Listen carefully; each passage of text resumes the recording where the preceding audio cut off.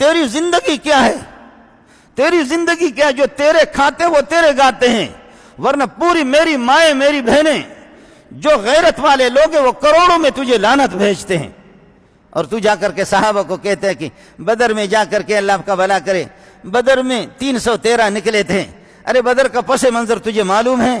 بدر میں 300، باقی صحابہ ڈر گئے۔ میرا رب تجھے ہدایت دے دے یا تیری زبان کو خشک کر دے۔ تو صحابہ کو بزدل کہتا ہے، تو کہتے صحابہ ڈر گئے تھے۔ کس نے لکھا؟ میرے پاس وقت نہیں ہے، کوئی آ جائے میرے ساتھ بٹھاؤ، اگر ہے کوئی ماں کا لال۔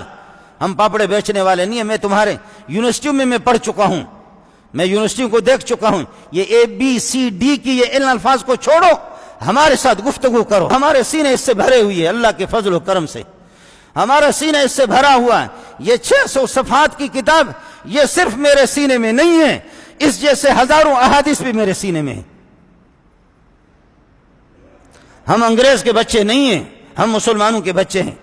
جو ہم سے بن پائے گا وہ سلطان المسلم، مسلمان بادشاہ، اور مسلمان میرے نبی نے فرمایا المسلم من سلم المسلمون من لسانہ و یدہ، سب سے بڑا مسلمان وہ ہے اس کی زبان سے، اس کی ہاتھ کی اذیتوں سے، تکلیف سے مسلمان محفوظ رہے، اور صحابہ سے بڑا مسلمان کوئی کائنات کے اندر نہیں ہے۔ تو صحابہ کو کہتے کہ صحابہ یہ کہ بزدل ہو گئے تھے، صحابہ ڈر گئے تھے۔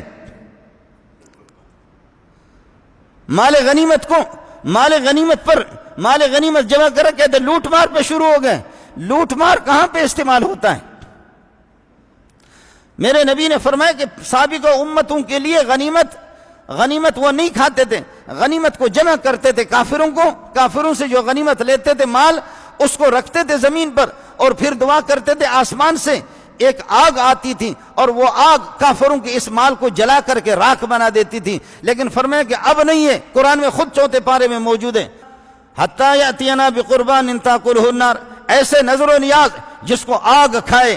پہلے مال غنیمت کو آگ آسمان سے آتی تھی، کھا جاتی تھی، لیکن فرمایا وَأُحِلَّتْ لِيَ الْغَنَائِمُ، میری امت کے لیے غنیمتیں حلال ہو گئی۔ غنیمت حلال ہے، غنیمت حلال ہے، کافر کا مال حلال ہے۔ اور اس پہ کافر کے مال کو صحابی جمع کر رہا ہے، کہتے لوٹ مار پہ لگ۔ اس انداز میں صحابہ کو کہتے کہ لوٹ مار۔ کیا اسلامی شاعر کے ساتھ تم جو لڑنا چاہ رہے ہو؟ اس طریقہ پر نہیں ہوگا۔ آپ کے توسط سے میں نے، آپ کو یاد ہوگا کہ جس نے کہا کہ شوکت خانم اسپتال قائم کیا، مریضوں کا علاج مفت میں، غریبوں کا علاج مفت میں، ہم نے کہا یہ غریب پرور ہوگا، یہ غریبوں کے ہاتھ تھامنے والا ہوگا، یہ مسکینوں کا ہاتھ تھامنے والا ہوگا۔ اس نے غریبوں کے منہ سے لقمہ چھینا، اس نے غریبوں کے منہ سے لقمہ چھینا، پاکستان کو لے جا کر کے صفر پہ کھڑا کر دیا۔ میں اپنے ان غیرت مند ایجنسیوں سے میری اپیل ہوگی کہ اس قسم کے بدماشوں کو تم لوگ چھوڑتے کیوں ہو؟ اس غیرت مند فوج سے بھی میری اپیل ہے کہ کیا تم میں کوئی خدا کا بندہ ہے یا نہیں ہے؟ تم کس کے گھر پہ پیدا ہو گئے ہو؟ مسلمانوں پہ گھروں پہ پیدا ہو گئے ہو؟ تمہیں صحابہ کی زندگی سے کیا واسطہ؟ اپنی شکل تو دیکھو، انگریز کا بچہ۔ اس طرح صحابہ پر تنقید کرنا، اور حرام خور بزدل ہوتا ہے۔ نبی خوبصورت ہوتا ہے، نبی غیرت مند ہوتا ہے، نبی سخی ہوتا ہے۔ نبی میں 3 چیزیں ہوتی ہے، صحابی میں یہ 3 بنیادی چیزیں ہوتی ہیں۔ صحابی سخی ہوتا ہے، صحابی غیرت مند ہوتا ہے، بہادر ہوتا ہے، شجاع ہوتا ہے، صحابی بڑا دلیر ہوتا ہے، سخی بھی ہوتا ہے۔ حضرت مقداد بن الاسود نے کہا یا رسول اللہ، واہ واہ، تیرا اشارہ ہو، صرف اشارہ ہو، دائیں طرف سے ہمیں پاؤ گے، بائیں طرف سے ہمیں پاؤ گے، آگے بھی ہم ہوں گے، پیچھے بھی ہم ہوں گے، خشکی میں بھی لڑیں گے اور خشکی میں بھی لڑیں گے، دریاؤں کے اندر ہمیں اجازت دے دو، دریاؤں میں اللہ کی قسم لڑیں گے۔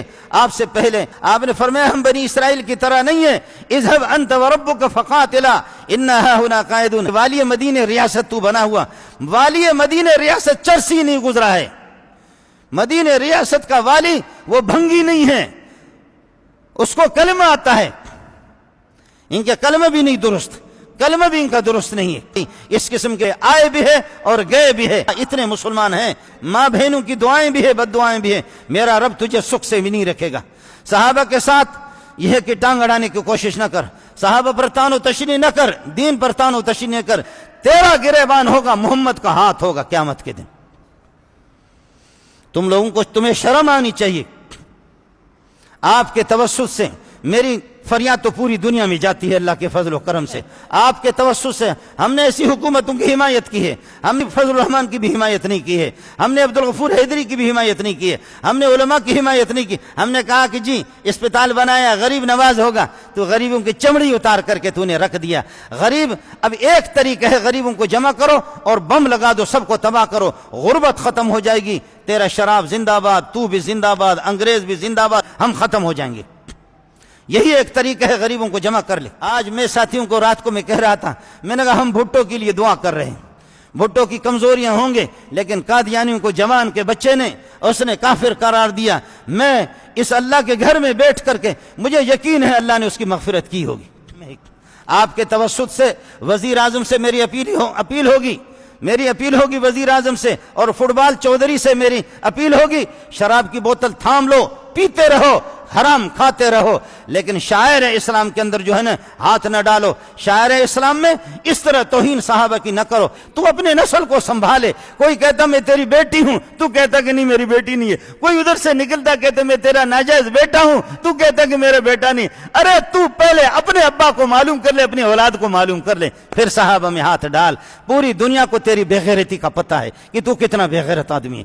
اس لیے میں اگر اس کو آپ کوئی عدالت میں چیلنج کرے گا تو ہم بھی کہیں گے، اگر صحابہ کو گالی دینے کو اگر عدالت میں کوئی چیلنج نہیں کر سکتا تو ہم بھی اس طریقہ پر تم کو للکاریں گے، تمہاری تعریف نہیں کریں گے۔ آپ کے توسط سے ہمارے وزراء جو ہے نا قابل مذمت ہے، نبی کے صحابہ کے شان میں اس قسم کی گستاخی نہ کر دو۔